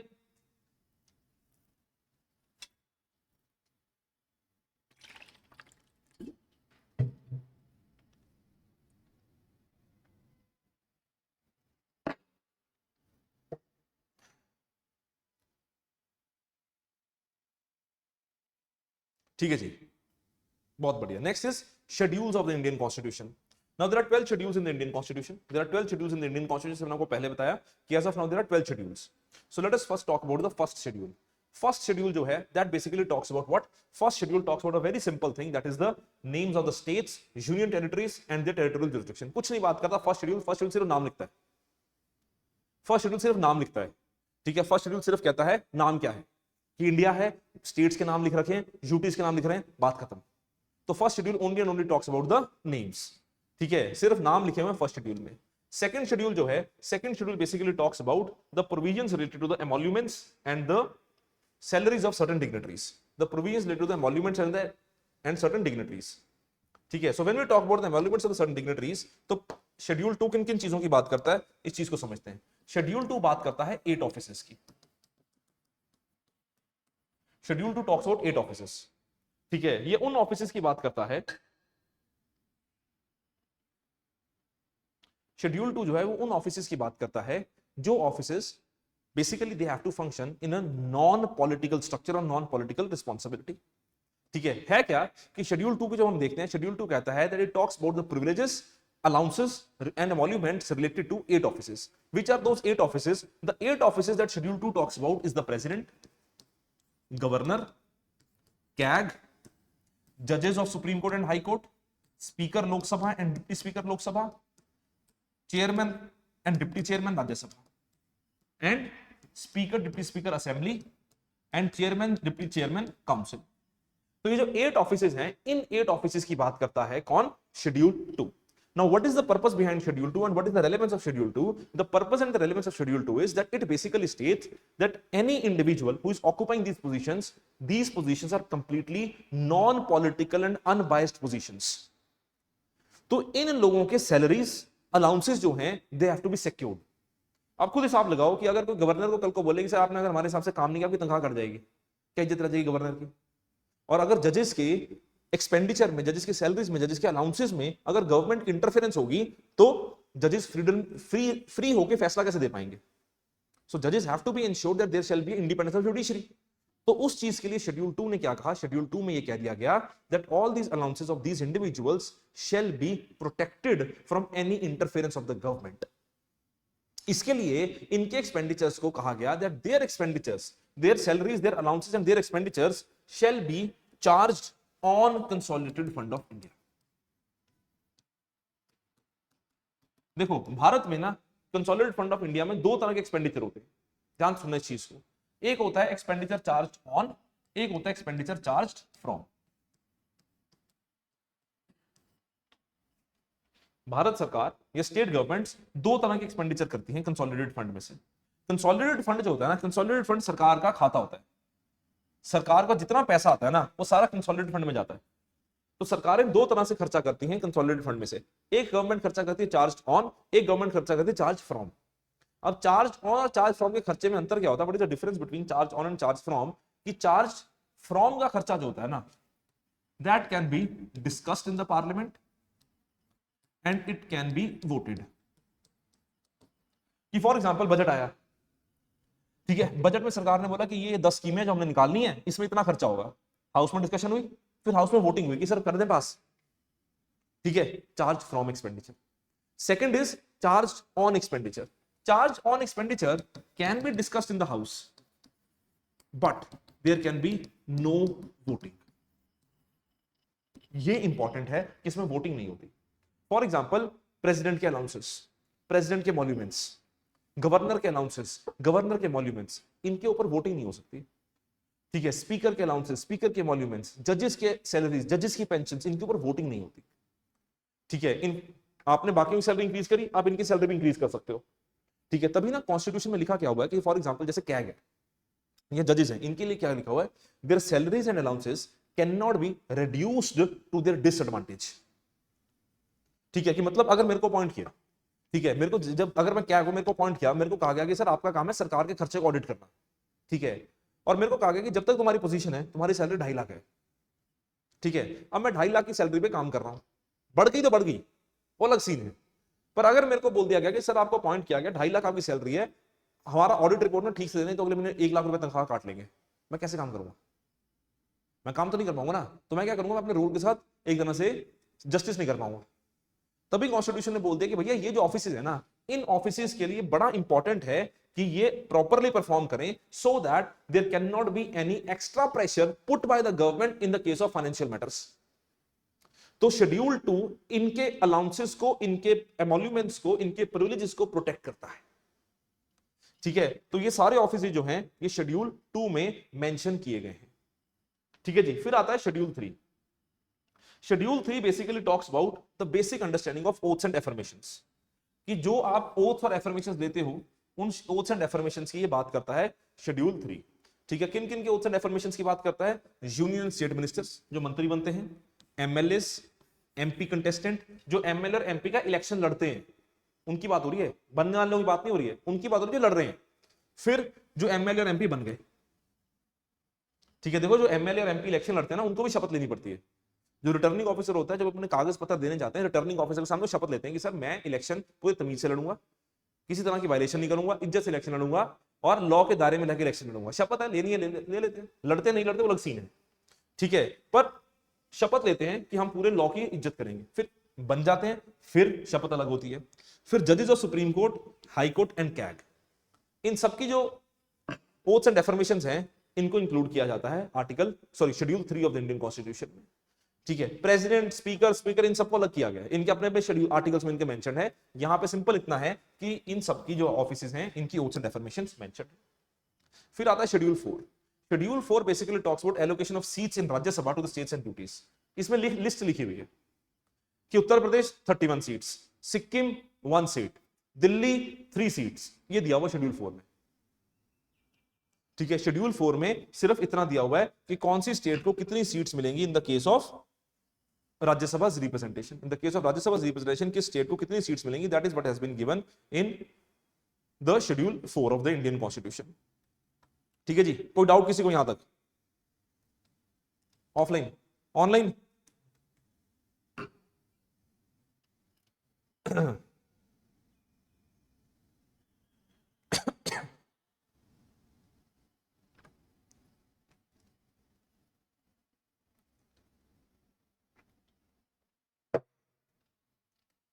ठीक है जी, देखो सर अब आते हैं शेड्यूल 5 पे।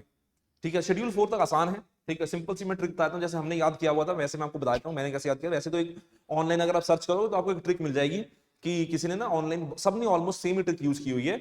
ठीक है, उन्होंने ना वो डाला हुआ था कि शेड्यूल्स, 12 शेड्यूल्स को याद करने के लिए टीयर्स ऑफ ओल्ड पीएम। ठीक है, 12 शेड्यूल को याद करने के लिए किसी ने, ऑनलाइन में चेक कर रहा था तो मेरे को ट्रिक मिली। ठीक है, मैंने और तरीके से याद किया हुआ था, मैं अपनी ट्रिक आपको बता दूंगा। ठीक है, अगर आपको वो सही लगे वो कर लेना। मैं तो कहानी से बना रखी थी, इन्होंने बना रखा था टीयर्स ऑफ ओल्ड पीएम। ये मैं बता देता हूं, ये मेरी ट्रिक नहीं है, ये मैंने ऑनलाइन देखी तो ऑनलाइन मुझे मिली तो मैं आपको बता रहा हूं। ठीक है, मैं इस पर क्लेम नहीं कर रहा हूं कि मैंने बनाया है। ठीक है, tears of old PM. Tears of old PM में इन्होंने बेसिकली कहा कि टीयर्स में टी का मतलब क्या है? टेरिटरी। ठीक है, कि टेरिटरी एंड स्टेट का नाम, ई है एमोल्यूमेंट्स, ए है ओथ्स एंड एफर्मेशंस, आर है राज्यसभा सीट्स। ठीक है जी, आर है राज्यसभा सीट्स, एस है शेड्यूल्ड एरियाज, ओ है अदर ट्राइबल एरियाज, ओ है अदर ट्राइबल एरियाज। ठीक है जी, एफ है बीच में, एफ जो है ये है फेडरल लिस्ट। शेड्यूल 7 है ना। ठीक है, 1 2 3 4 5 6 7 8 9 10 11 12। ठीक है, F is federalist, O is official language schedule 8। ठीक है, O is official language schedule 8। L is basically schedule 9 that is land reforms, तो जुडिशरी से बचाने के लिए लैंड रिफॉर्म जो ले गया L. D schedule 10 is defection, schedule 10 is defection. P is panchayat and M is municipalities. ठीक है, एम इज म्युनिसिपैलिटीज। तो ये ट्रिक मेरे को ठीक लगी, ऑनलाइन हर जगह सबने यही ट्रिक यूज कर रखी, तो मैंने कहा आपको बता देता हूं। If you find it suitable so you can use this trick to remember. ठीक है, कि 12 शेड्यूल्स हैं tears of old PM, tears of old PM. हाँ, मेरे को पता नहीं किसने दिया है। ठीक है, मैं वही बता रहा हूं ऑनलाइन, आप जो नाम बता रहे हो अवस्थी सर, ठीक है, हो सकता है अवस्थी सर ने दिया, मेरे को आइडिया नहीं है। ठीक है, मेरे को याद नहीं कि किसने नाम दिया, मेरे को नहीं पता किसने दिया है। ठीक है, बस I found it online so I am sharing it with you. ठीक है, विदाउट क्लेमिंग कि मैंने बनाई है। ठीक है, तो ये ट्रिक जो है ये मेरे को मिली तो मैंने आपके साथ शेयर कर दिया। मैंने तो जैसे याद किया हुआ था, मैंने पहले 4 शेड्यूल याद किए हुए थे कि सिंपल है सर, जैसे हमने याद किया हुआ था वो मैं बताता हूँ कि 4 शेड्यूल हमने कैसे याद कर रखे थे। कि आप बैकग्राउंड स्टोरी बना के कि सर आप किसी से मिलने गए या जॉब के लिए गए तो सबसे पहले अपना क्या बताओगे? नाम। ठीक है, तो पहली शेड्यूल क्या है, name of the UTs and territory, name of states and territories. दूसरा आपको उन्होंने बता दिया कि सर ऐसा है कि इतने पैसे मिलेंगे, सैलरीज एंड एमोल्यूमेंट्स है ना, आपको सैलरी एमोल्यूमेंट्स अच्छे लगे, आपने ओथ एंड एफर्मेशन साइन कर दिया। फोर्थ है सीट्स, कि जहां मर्जी बिठा लो, घर से काम कराना घर से करा लो, ऑफिस बुलाना ऑफिस बुला लो। पहला है नाम, दूसरा है oaths and affirmations, sorry salaries emoluments, तीसरा है ओथ्स एंड एफर्मेशंस, और चौथा है सीट्स इन राज्यसभा। तो पहले 4 शेड्यूल हो गए। ऐसे याद करना, ऐसे याद कर लो। दोनों ट्रिक्स मैंने आपको बता दी कि जिस तरह से मैंने याद किया था, पहले 4 शेड्यूल, बाकी मैं आपको बता दूंगा। ठीक है, पहले 4 शेड्यूल इस तरह में हमने ब्रेक डाउन करके ऐसे याद किए हुए थे। अगर आपने पूरे को इकट्ठे याद करना है तो ये आपकी चॉइस है। ठीक है जी, राइट ऑनलाइन ऑनलाइन।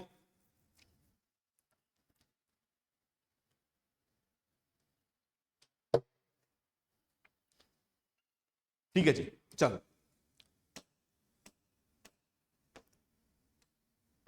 अब आते हैं 5th शेड्यूल के ऊपर। अब 5th शेड्यूल जो है, दिस शेड्यूल 5, फिफ्थ क्या है, फिफ्थ शेड्यूल है जो यहां पे हमने लिखा था शेड्यूल्ड एरियाज। शेड्यूल्ड एरियाज जो भी हम डिस्कस करने लगे,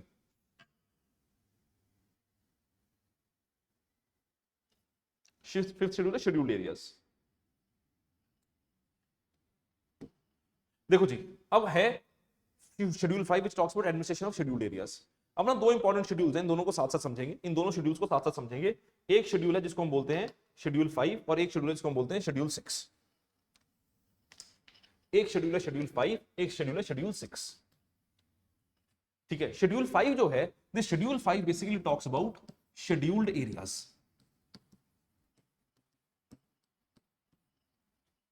The scheduled areas or schedule 5 is basically applicable in all of India except 4 states. ये पूरे भारत में एप्लीकेबल है एक्सेप्ट 4 स्टेट्स। जो 4 स्टेट्स हैं जिसमें ये एप्लीकेबल नहीं है, बता सकता है कोई कौन सी स्टेट्स है? एनीवन, ऑनलाइन ऑफलाइन, कौन सी स्टेट्स है जिसमें नहीं एप्लीकेबल? असम, मेघालय, त्रिपुरा, मिजोरम। असम, मेघालय, त्रिपुरा एंड मिजोरम, ये 4 स्टेट्स हैं जिसमें शेड्यूल 5 एप्लीकेबल नहीं है, और इन 4 स्टेट्स के लिए है शेड्यूल 6। ठीक है, शेड्यूल 6 जो है वो एप्लीकेबल है Assam, Meghalaya, Tripura and Mizoram. Schedule 5 basically बात करता है शेड्यूल्ड एरियाज की, शेड्यूल 6 बात करता है ट्राइबल एरियाज की।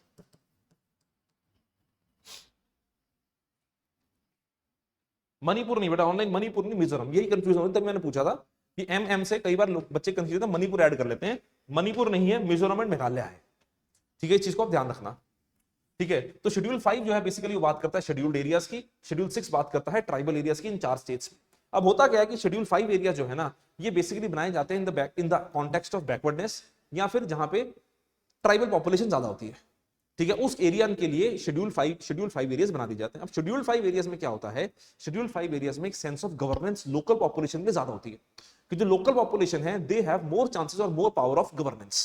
ठीक है, compare to the normal people, compare to the people who are outside schedule 5 and schedule 5 जो नॉर्मल है, जैसे हम शेड्यूल 5 एरिया नहीं है, हमारे यहाँ पे लोगों के पास पावर कम है compare to the schedule 5 areas. ठीक है, शेड्यूल 5 एरियाज में क्या होता है, शेड्यूल 5 एरियाज में the center of the union has more say. कि सपोज करो होता क्या है कि एक स्टेट है, इस स्टेट के अंदर ये शेड्यूल 5 एरिया है, इस स्टेट के अंदर ये एक शेड्यूल 5 एरिया है। अभी जो शेड्यूल 5 एरिया है ना, ये बनाया जाएगा बैकवर्डनेस के बेसिस के ऊपर, लार्ज ट्राइबल पॉपुलेशन के बेसिस के ऊपर, पर इसको कौन बनाएगा, इसको बनाएंगे प्रेसिडेंट। तो यहां पे प्रेसिडेंट की पावर ज्यादा होती है।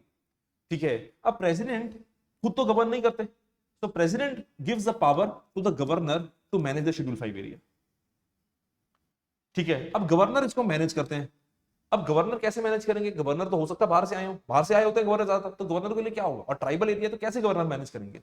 तो शेड्यूल 5 एरियाज के लिए बनाई जाती है जिसको हम बोलते हैं ट्राइबल एडवाइजरी काउंसिल। ये जो ट्राइबल एडवाइजरी काउंसिल होती है, ये ट्राइबल एडवाइजरी काउंसिल गवर्नर को हेल्प करती है, एडवाइस करती है इस एरिया की बेटर मैनेजमेंट के लिए। ठीक है, कोई भी लॉ पार्लियामेंट का या स्टेट का अगर इस एरिया में एप्लीकेबल होना है तो उसके लिए ट्राइबल एडवाइजरी काउंसिल की रिकमेंडेशन ली जा सकती है। फिर ट्राइबल एडवाइजरी काउंसिल में रिकमेंडेशंस देती है so that these areas are better governed. These areas are better governed, उसके लिए ट्राइबल एडवाइजरी काउंसिल का से लिया जाता है। In this tribal advisory council there are 20 members, 20 members होते हैं। Out of this 20 members tribal advisory council 3/4 are the tribal MLAs of the concern state. तो 20 एमएलएस, 20 मेंबर्स में से 3/4 जो है tribal MLAs of the concern state. इस तरह से शेड्यूल 5 जो है इसको एडमिनिस्टर किया जाता है, गवर्न किया जाता है। तो tribal advisory council plays a very important role in this idea of the schedule 5 areas, right. Then there is schedule 6 areas. Schedule 6 areas are basically the tribal areas. Schedule 6 areas are basically the tribal areas. Now in these Schedule 6 areas, when we talk about the tribal areas of Schedule 6, so in these Schedule 6 areas, the governor has maximum power. वहां में president था ना कि president है, यहां पे there is no one above the governor. यहां पे governor has maximum power. Schedule 6 areas are basically considered to be an autonomous region within India. यहां पे जो लोकल एरियाज होते हैं, यहां पे जो लोकल एडमिनिस्ट्रेशन होती है, उनको इतनी पावर होती है ना कि ये इकलौते ऐसे एरियाज हैं, schedule 6 areas are the sole और the only such areas where the concerned authorities enjoy legislative, executive and even judicial powers. इनके पास लेजिस्लेटिव, एग्जीक्यूटिव और जुडिशियल पावर्स तीनों होते हैं। अब होता क्या है कि इन एरियाज को गवर्न करने के लिए गवर्नर की मदद के लिए यहां बनाई जाती है जिनको बोलते हैं district councils. This district councils have 30 members.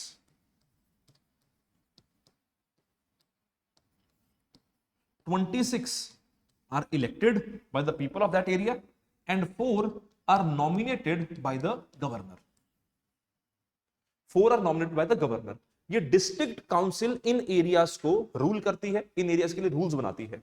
This district council has the power that it can make rules and regulations for this particular area, ठीक है। और ये इंप्लीमेंटेशन में भी रोल प्ले करती है, ठीक है। यहां पे हो सकता है कि पार्लियामेंट के द्वारा पारित या स्टेट के द्वारा पारित किए हुए रूल्स लागू ही ना हो, कुछ रूल्स मॉडिफाइड फॉर्म में लागू हो, ठीक है। तो डिस्ट्रिक्ट काउंसिल को इतनी पावर होती है that they can advise the government in the context of implementation of rules and regulation the schedule 6 areas. आप देखो भारत में कोई भी मेजर कानून बनता है ना, उसमें हर बार या 90% of times there is an exception schedule 6 areas अगर कोई ट्राइबल इंटरेस्ट को हार्म करता होता है। जैसे फॉर एग्जांपल सीएए बना, सिटीजनशिप अमेंडमेंट एक्ट। तो सिटीजनशिप अमेंडमेंट एक्ट में एक स्पेशल प्रोविजन था कि this amendment act shall not be applicable in inner line permanent areas, वो अलग चीज होती है, वो भी समझाऊंगा मैं आपको फंडामेंटल राइट्स में, एंड शेड्यूल 6 एरियाज। तो जो सिटीजनशिप अमेंडमेंट एक्ट आया 2019 में, वो शेड्यूल 6 एरियाज में इंप्लीमेंट नहीं होता, ठीक है, क्योंकि यहां भी ये कहा गया कि सर आप ट्राइबल पॉपुलेशन के राइट्स में इंटरफेयर मत करो। तो गवर्नमेंट ने पार्लियामेंट में खुद ही पास करवा दिया कि शेड्यूल 6 एरियाज के ऊपर इंप्लीमेंट नहीं होगा। तो schedule 6 areas enjoy significant power compare to any other area in India, ठीक है। They have the legislative, executive and judicial powers. अगर इनको लगता है ना कि यार छोटे मोटे जुडिशियल मुद्दे रिजॉल्व करने के लिए कुछ जुडिशियल काउंसिल्स बनाने की आवश्यकता है, so they can establish village councils. Village councils can be established which are given the power in context of the judicial powers. तो इनके पास ये भी पावर है। और सबसे बड़ी पावर जो है, मैंने आपके नोट्स में लिख रखी है, मैं आपको बता रहा हूं कि गवर्नर जो है इनको ये पावर होती है that the governor can restrict the power of the high court in these areas. कि जो छोटे मोटे मुद्दे होते हैं ना ट्राइबल काउंसिल्स के, उनको ट्राइबल्स खुद रिजॉल्व करते हैं, हाई कोर्ट इंटरफेयर नहीं करता। और गवर्नर अगर लिखे कि high court shall not interfere in this matter, बात खत्म। तो district councils have so much power. तो ये बेसिक डिफरेंस आपका शेड्यूल 5 और शेड्यूल 6 एरियाज में, हाँ या ना। ऑनलाइन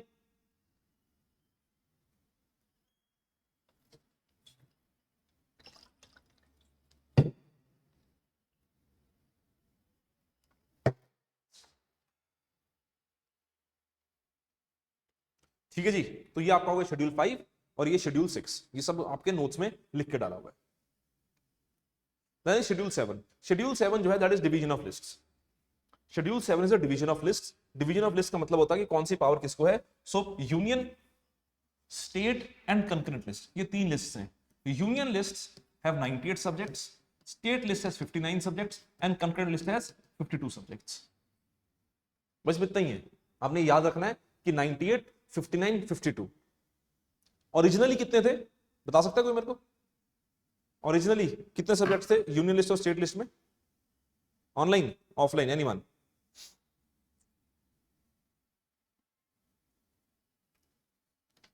बहुत बढ़िया।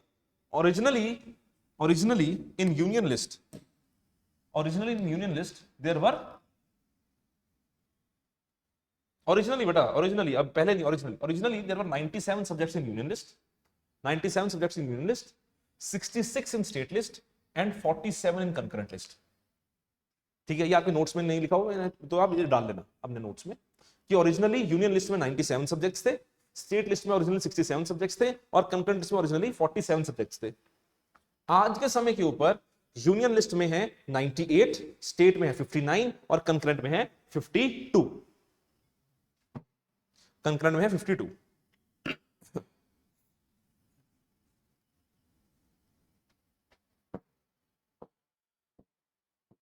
ठीक है जी।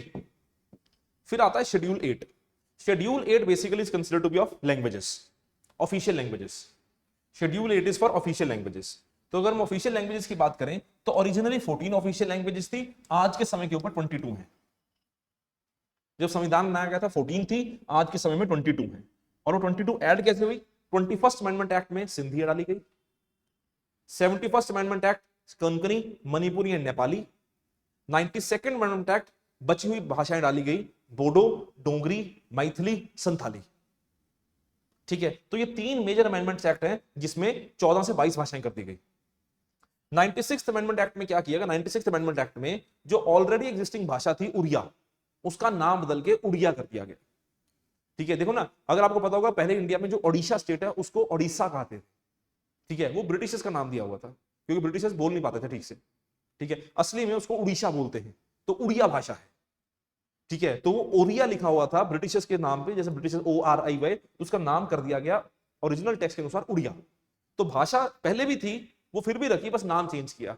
तो शेड्यूल 8 के साथ 4 आपके अमेंडमेंट्स एसोसिएटेड हैं, 21st amendment act, 71st amendment act, 92nd amendment act, 96th amendment act. ठीक है जी, तो ये आपका है शेड्यूल 8 जिसमें भाषाओं को इंक्लूड किया गया है। ठीक है जी, आसान है। नेक्स्ट आता है शेड्यूल 9। शेड्यूल 9 जो है, this was basically added by first amendment act in the Indian constitution. This was added by the first amendment act in the Indian constitution. Schedule 9 क्या कहता है? ध्यान से सुनना इस चीज को। Schedule 9, schedule 9 was added by first constitutional amendment act 1951. Now why it was added by the first amendment act 1951? इसको क्यों डाला गया था? क्योंकि ना सरकार ने जब कानून बनाए तो सरकार को लगा, पार्लियामेंट को, जो हमारी देश की इंटरिम गवर्नमेंट थी उसको लगा कि यार अगर हम कानून बना रहे हैं सोशलिस्टिक प्रिंसिपल्स को इंप्लीमेंट करने के लिए, जैसे लैंड रिफॉर्म्स हो गए, ठीक है, जमींदारी एबॉलिशन एक्ट हो गया, अगर इसको हम इंप्लीमेंट करने के कानून बना रहे हैं ना, तो लोग फटाफट सुप्रीम कोर्ट चले जाते हैं। जब लोग सुप्रीम कोर्ट पहुंचते हैं तो सुप्रीम कोर्ट उसको अनकॉन्स्टिट्यूशनल घोषित कर सकता है। क्यों? क्योंकि जो भी कानून बनाया जाएगा लैंड रिफॉर्म को लेके, तो उसमें आपसे प्रॉपर्टी ली जाएगी, ऑब्वियस सी बात है। ठीक है, बड़े बड़े जमींदारों से प्रॉपर्टी लेके तभी तो रिडिस्ट्रीब्यूट किया जाएगा ना। जमींदारी एबॉलिशन कैसे होगी? अब ना भारत के संविधान में 2 फंडामेंटल राइट्स थे। एक तो था article 19 clause 1 sub clause F, जिसको बोलते हैं राइट टू प्रॉपर्टी। एक था article 31 which was basically in case of acquisition of estates. बड़े बड़े एस्टेट्स होते हैं, उनकी एक्विजिशन के लिए सरकार की पावर्स की बात करता था।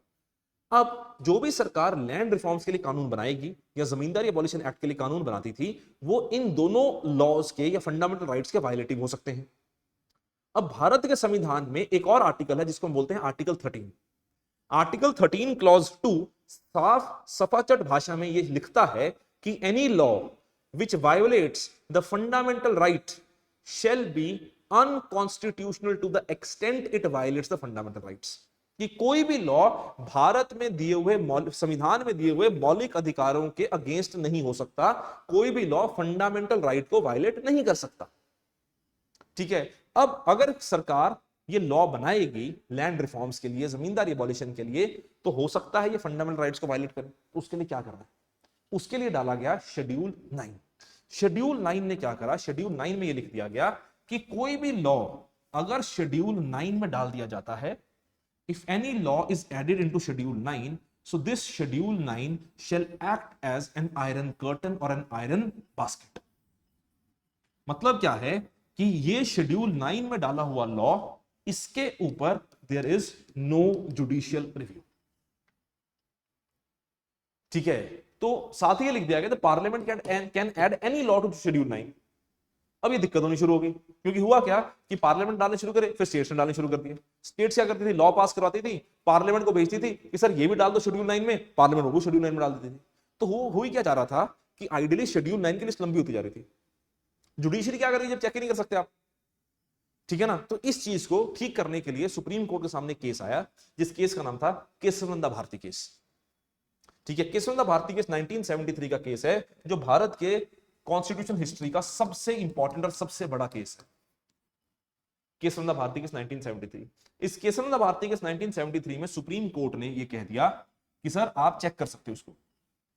सुप्रीम कोर्ट ने बोल दिया you can formulate the concept of, Supreme Court formulated the concept of what is known as the basic structure of the Indian Constitution, right? In this, Supreme Court formulated the concept of what is known as basic structure of the Indian Constitution. इस चीज में supreme court ने concept formulate किया, basic structure doctrine. अभी जो basic structure doctrine है ना, ये बेसिक स्ट्रक्चर डॉक्ट्राइन का मतलब क्या होता है, that there are some principles which are the part of basic structure which can not be violative, जिसको आप कभी वायलेट नहीं कर सकते। अब बेसिक स्ट्रक्चर की कोई लिस्ट नहीं है, ये जुडिशरी देता है from time to time. So we have no particular list that what is the meaning of basic structure. ठीक है, इसकी कोई लिस्ट नहीं है, पर सुप्रीम कोर्ट ने बोल दिया कि आप बेसिक स्ट्रक्चर को वायलेट नहीं कर सकते। ठीक है, और साथ ही साथ सुप्रीम कोर्ट ने बोल दिया कि आप इस चीज को समझो। ठीक है, बाकी भी केसेस है शेड्यूल 9 के लिए, आपके प्री के लिए इंपॉर्टेंट नहीं है, आप सिर्फ सुन लो कि कोर्ट ने क्या बोल दिया। कोर्ट कहता कि शेड्यूल 9 की लाइफ को हम दो हिस्सों में डिवाइड कर सकते हैं। एक है बिफोर केशवानंद भारती, केशवानंद भारती की डेट थी 24 अप्रैल 1973, और एक है आफ्टर केशवानंद भारती। तो सुप्रीम कोर्ट कहता कि the laws which are added in schedule 9 can be divided into two parts, और the life of schedule 9 can be divided into two parts, one is before Kesavananda Bharati, second is after Kesavananda Bharati. So supreme court ने बोल दिया that any law added into schedule 9 before और after 24th April, sorry, before 24th April 1973, that any law added before 24th April 1973 is outside judicial review, वो चलते जाएंगे। But any law added on or after 24th April 1973 is open for judicial review। मतलब क्या है कि 24th April 1973 के बाद schedule 9 का रेलेवेंस खत्म हो गया। ठीक है, तो शेड्यूल 9 आज के डेट में उन्हीं लॉज को प्रोटेक्ट करता है जो 24 अप्रैल 1973 के पहले शेड्यूल 9 में डाले गए हैं। उसके बाद वाले लॉज के लिए शेड्यूल 9 की कोई वैलिडिटी नहीं है। तो हमारे संविधान में है शेड्यूल 9, पर आज के समय में एक रिडंडेंट मैकेनिज्म है, एक रिडंडेंट मैकेनिज्म है, कोई फायदा नहीं इस चीज का, बट स्टिल एग्जिस्ट करता है। इसको बोलते हैं शेड्यूल 9। हाँ या ना? ठीक है जी। ऑन देखो ऐसा है ना, ऑन एंड आफ्टर मतलब 24th अप्रैल 1973 ऑनवर्ड्स, वो भी ज्यादा आएगा।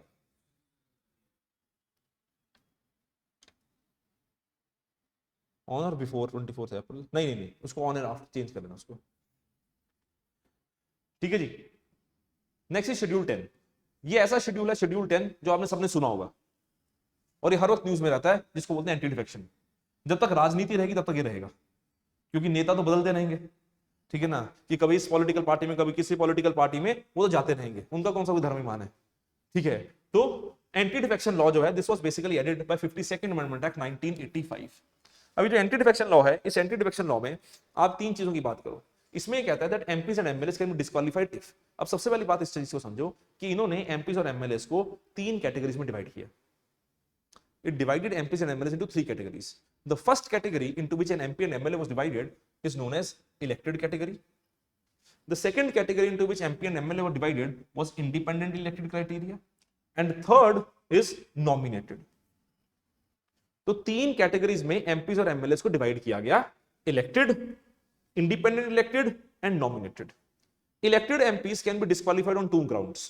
पहला ग्राउंड क्या है, if he or she voluntarily gives up the membership of his party, कि जो एमपी और एमएलए है, इलेक्टेड एमपी और एमएलए, इलेक्टेड एमपी और एमएलए का मतलब क्या है, जो किसी पॉलिटिकल पार्टी के बेसिस के ऊपर इलेक्ट हुआ है, क्योंकि कांग्रेस हुआ, कोई बीजेपी से हुआ, कोई आम आदमी पार्टी से हुआ, कोई अकाली दल से हुआ, ये इलेक्टेड एमपीज। अगर वो अपनी मर्जी से अपनी पॉलिटिकल पार्टी को छोड़ देता है, देन उसके ऊपर एंटी डिफेक्शन लॉ लग सकता है। जैसे आपको याद होगा हिमाचल प्रदेश में ऐसा हुआ, हिमाचल प्रदेश में 6 कांग्रेस के एमएलए थे जिन्होंने राज्यसभा इलेक्शंस में बीजेपी के कैंडिडेट को वोट डाल दिया, ठीक है, तो they were removed from the political party on the basis of anti defection law, क्योंकि उन्होंने ऐसा कुछ कर दिया, they did an anti party activity. Party ने बोला था कि आपने हमारे कैंडिडेट को वोट डालना है, उन्होंने क्या किया, उन्होंने किसी भी रीजन की वजह से, हमें नहीं पता, we don't know the reason, उन्होंने किसी भी रीजन की वजह से ऑपोजिशन पार्टी के कैंडिडेट को वोट डाल दिया। So now if they have voted for an opposition party candidate, that means they are not aligned with their own political party. ठीक है, that means they have voluntarily given up the membership of their own political party. ठीक है, तो voluntarily given up membership of their own political party, या तो आप चिट्ठी लिख के रिजाइन कर दो कि सर मैं जा रहा हूं, या फिर आपकी हरकतें ऐसी हो कि आपकी पार्टी को पता लग जाए कि हमारे साथ नहीं है। That is the meaning of voluntarily giving up membership of the party. Second होता है if he abstains from voting or votes against any direction given by the whip. देखो हर पॉलिटिकल पार्टी ना हर हाउस में एक एक विप घोषित करती है। विप का मतलब क्या होता है? विप होता है वो आदमी जो legislative mechanism of the party को रन करता है हाउस के अंदर। हर पॉलिटिकल पार्टी का हर हाउस में एक अपना अपना विप होता है। वो एमपीज और एमएलए को बताता है कि पार्टी क्या चाहती है, कि किस तरह से वोट करो, ठीक है ना, उसको हम बोलते हैं विप, उसको हम बोलते हैं विप, ठीक है। तो जो विप होता है उसने बोला कि आपने यस में वोट करना है, तो अगर तो एमपी या एमएलए विप वोट नहीं करते या फिर नो में वोट कर देते हैं, तो they can be removed from the party, they can be applied anti defection law, ठीक है ना। तो इलेक्टेड एमपीज और MLAs they have to follow what their political party says. Second आता है independently elected. Independently elected का मतलब क्या होता है कि जो इलेक्ट तो हो गए पर वो किसी पार्टी को बिलोंग नहीं करते। They are elected but they don't belong to any particular political party. Independently elected. अब independently elected में क्या होता है कि if they join any political party after being elected, क्यों इलेक्ट किया लोगों ने, सारी पॉलिटिकल पार्टीज को रिजेक्ट करके आपको इलेक्ट किया, अब आप एक पॉलिटिकल पार्टी ज्वाइन कर जाते हो तो लोगों की मजाक बन गया ना। तो अगर आप इलेक्ट हो जाते हो then you can not join any political party if you are independently elected MP और एन एमएलए, ठीक है। But they can be the part of the government, they can not be the part of party. कि अगर मैं for example किसी की सरकार बन रही है, मैं इंडिपेंडेंट इलेक्टेड हूं, जैसे हरियाणा की एग्जांपल लेते हैं, हरियाणा में 5 इंडिपेंडेंट इलेक्टेड एमएलए इलेक्ट हुए इस बार इलेक्शन में। अब वो पांचों ने बीजेपी को सपोर्ट कर दिया, पार्टी ने ज्वाइन की, उन्होंने सपोर्ट कर दिया कि हाँ जी सर हम सरकार को सपोर्ट कर देंगे ताकि सरकार गिरे ना, कंफर्टेबली काम करते रहे। वो पार्टी ने ज्वाइन करी पर उन्होंने सपोर्ट कर दिया। यहां पे क्या बात हो रही है? Political party. So they can not join any political party. और तीसरा होता है नॉमिनेटेड। नॉमिनेटेड तो होता क्या है, if they join any political party 6 months after nomination, कि आज आपको नॉमिनेट किया, उसके 6 महीने बाद अगर आपको पॉलिटिकल पार्टी ज्वाइन कर ले तो आपको निकाल दिया जाएगा।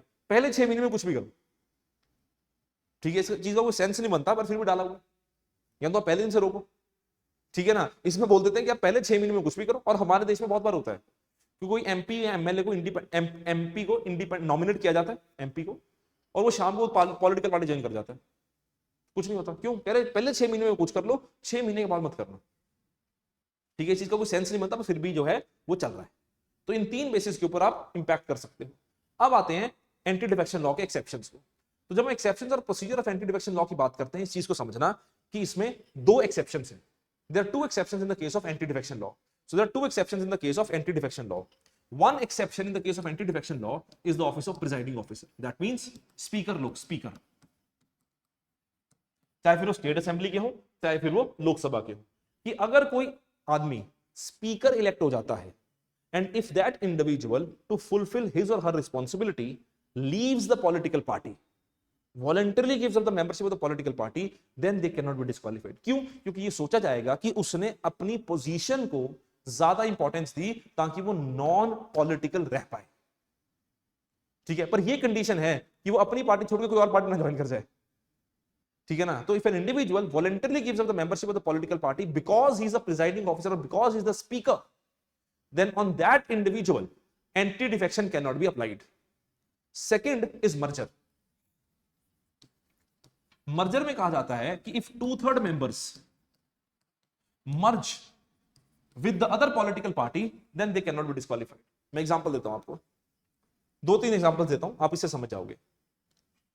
एक एग्जांपल लेते हैं हम राजस्थान की, और एक एग्जांपल दूंगा मैं आपको अरुणाचल प्रदेश की। राजस्थान की एग्जांपल क्या है कि 6 इसमें एमएलए थे, there were 6 MLA of Rajasthan in Rajasthan who were the part of Bahujan Samaj party. ठीक है, so out of the 6 MLAs all 6 merged themselves into the Congress. ठीक है, 2/3 से ज्यादा मर्जर हो गया, नो डिस्क्वालिफिकेशन। ठीक है, Arunachal Pradesh there were 44 MLAs of the Congress party. ठीक है, 43 प्रोटेस्टेड अगेंस्ट 1। 43 एमएलए ने प्रोटेस्ट कर दिया, किसके खिलाफ? सीएम के खिलाफ।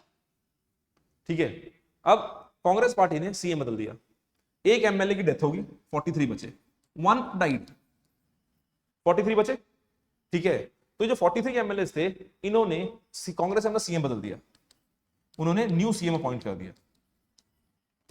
After few days 42 out of this 43 merge themselves with the BJP, more than 2/3। सिर्फ एक बचा कांग्रेस में, कौन? जो ओरिजिनल सीएम था, वो बचा, बाकी सारे चले गए।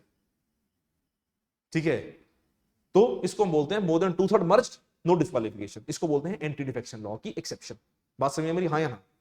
अब जितना भी एंटी डिफेक्शन लॉ होता है, सो दोज एमएलएस, हाँ, जितना भी एंटी डिफेक्शन लॉ होता है, उस एंटी डिफेक्शन लॉ के सारे रूल्स एंड रेगुलेशंस, सारे प्रोसीजर, सारे decision presiding officer of the house लेता है। कि अगर speaker Lok Sabha, chairman Rajya Sabha, they have all the power. ठीक है, ओरिजिनल कॉन्स्टिट्यूशन कहता था कि that their power is final and binding, कि अगर स्पीकर या चेयरमैन ने बोल दिया कि किसी के ऊपर एंटी डिफेक्शन लगा, उसको डिस्क्वालीफाई कर दिया, it is final and binding. ठीक है, पर सुप्रीम कोर्ट ने कि होतो होलोहन केस में 1992, आपके नोट्स में लिखा हुआ है कि होतो होलोहन केस 1992 में सुप्रीम कोर्ट ने बोल दिया कि decision is open for judicial review. तो आप इस चीज को याद रखना कि जितने भी रूल्स होते हैं, प्रोसीजर होते हैं, डिसीजन मेकिंग होती है, वो स्पीकर लोकसभा या चेयरमैन राज्यसभा या स्पीकर स्टेट असेंबली डिसाइड करते हैं, पर उनके डिसीजंस फाइनल एंड बाइंडिंग नहीं है। It is open for judicial review if there is any kind of disqualification. बात समझ में मेरी? हाँ या ना? This is what is schedule 10 of the Indian constitution. इसके बाद शेड्यूल 11, वो है Panchayati Raj institutions, 73rd amendment act 1992, and last is municipalities, 74th amendment act 1992। इनको हम डिटेल में डिस्कस करेंगे जब हम पंचायत और अर्बन लोकल बॉडीज करेंगे। इनको अभी हमने सिर्फ नाम सुना है, डिटेल इसकी डिस्कशन बाद में होगी। तो बाकी सारे शेड्यूल्स हमने डिस्कस कर लिए। बात समझ में मेरी? हाँ या ना? कोई डाउट किसी को? So those 6 MLAs, हाँ, those 6 MLAs joined, yes, those 6 MLAs joined BJP. They fought election. I think couple of them won, rest of them lost election. वो कर सकते हैं। अगर आप पार्टी से डिफेक्ट कर जाते हो, इसका ये मतलब थोड़ी है कि आप इलेक्शन दोबारा नहीं लड़ सकते। You can contest elections, right? Online किसी को कोई doubt? Anyone, any doubt online?